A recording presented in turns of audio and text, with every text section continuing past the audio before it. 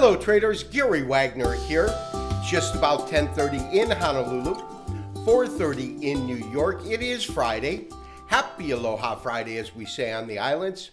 It is March 15th, 2019, and this is the daily report for gold and silver, our weekend review. And what a week we have seen. Multiple events have shaped really not only U.S. equities, global equities, but also the precious metals markets, with both equities and the precious metals closing higher on the day. Gold closed up about $6.80. This is futures basis most active April and is currently trading at 1301.90.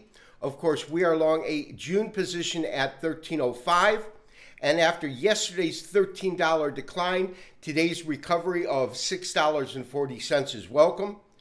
1307.80 is the current pricing on June gold. Silver also had a nice showing today, gaining almost 12 cents at 15.29. Platinum gained on the day $4.70, about a 0.5% at 831.80. And of course, palladium followed suit, gaining about $2.40 at $1,517 per ounce. The industrials were strong. They closed up about 138 points. The Standard & Poor's, this being the E-mini, closed up 0.6% at 28.29. And lastly, the NASDAQ Composite closed up about 24 points at 85.63. Traders, considering the impressive global equities recovery witnessed over the last couple of days, which really resulted in a bullish risk-on market sentiment, I think that gold held up rather well this week. We are looking at a weekly chart, this of April gold, and what we can see is although we had a tremendous range on the day, the difference between the open and closing price were rather small, almost doji-esque, but nonetheless, we did close in the positive with the market currently fixed at $1,302.10, putting it up about $7 on the week. When we look at the week in detail, though, it was kind of interesting action, this being a daily candlestick chart of April gold. And what we can see when we look at this chart is on Monday as well as Thursday, we did have declining days. And on Friday as well as Tuesday and Wednesday, we saw the market move up. A couple of things are pretty evident. First of all, in terms of active support, I believe that we still are maintaining strong support at the 0.38 retracement level. This retracement covers the entire rally from approximately 1195 all the way up to about 1350. That is the ground we saw covered towards the end of last year, beginning of this year. As the market dropped, we did have a retracement that went below the 38%. We can see that here. We also talked about the fact that during this time period, what we really were impressed with in terms of a potential recovery was this cluster of doji-like candles, which we had here, and that was followed by a tremendous pop and move up above the 0.38% retracement. Now, we also see some real resistance at the 0.23% retracement, and you can really see that when we pull up our June chart, and that, of course, is where we have our current position in. And traders, I've just gone ahead and pulled up the June contract, this being a daily chart. We have also added not only our extension, which is our exit strategy or upside target, but also a series of averages, our 50, 100, and 200-day moving average. 50-day moving average being in green.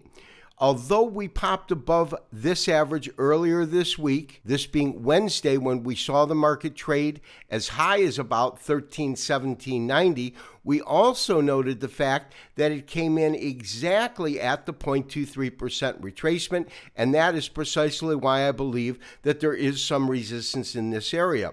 While I said that it would not be difficult to break above the 50-day moving average, I did not believe that it would come down below it so quickly, meaning the next day or yesterday's activity. And this is the $13 decline that we witnessed on Thursday. However, today we're up about $7.10. Currently, we are at $13.0850, which puts us about $3.50 above our entry price. Certainly not as good as what we witnessed on Wednesday when we had about $10 on the trade. I would look for this market to continue on this upward trend, as I believe what we witnessed this week really was base building. In other words, we had a new set of highs that came into the market. We had real support come in at about, call it 1292 to 1293, this 0.38% retracement level. We definitely had some resistance here at the 0.23. But with the factors that are currently moving the market, and we talked about that at length in our opening letter, there is the real potential or possibility to see this market move and move higher next week as well as the weeks to come. One of the things that we're looking at is, first, we need to break and close effectively above 1318, we'll call it, basis the June contract.